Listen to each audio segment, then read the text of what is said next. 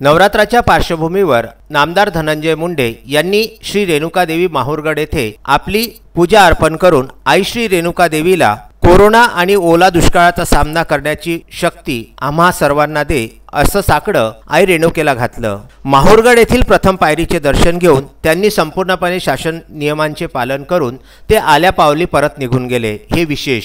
प्राप्त माहितीनुसार अनेक वर्षांपासून नामदार धनंजय मुंडे हे विजयादशमीला माहूरगडावर येत असतात। यावर्षी कोरोनामुळे मंदिर बंद असले तरी दरवर्षीप्रमाणेच नामदार धनंजय मुंडे हे माहूरगडावर आले। त्यांनी माहूरगडाच्या पायरीचे दर्शन घेऊन शासन नियमांचे पालन करीत नवरात्र काळामध्ये मंदिर बंद असताना सुद्धा वशिलेबाजीने किंवा स्वतःच्या अधिकाराचा कुठल्याही प्रकारचा गैरवापर न करता मंदिरामध्ये प्रवेश करून दर्शन घेणाऱ्या भक्तांसमोर आदर्श निर्माण केला। नामदार मुंडे यांनी मंत्रिपदाचा पदभार स्वीकारल्यानंतर प्रथमच ते माहूर येथे आले असल्याने त्यांच्या समर्थकांनी व राष्ट्रवादी काँग्रेस पार्टीच्या कार्यकर्त्यांनी स्वागतासाठी मोठ्या संख्येने हजेरी लावली होती। नामदार धनंजय मुंडे हे सामान्य माणसांच्या कामाकडे विशेष लक्ष देऊन ते निकाली काढत असल्याने विश्रामगृहावर निवेदनाचा अक्षरशः खचच्या खच पडलेला होता। ज्यावेळी धनंजय मुंडे यांनी रेणुका मातेचे दर्शन घेतले त्यावेळी विश्वस्त संजय कान्नव यांनी खाली येऊन नामदार धनंजय मुंडे यांची पूजा आई श्री रेणुका देवीच्या अर्पण करण्यासाठी घेण्यात आली। यावेळी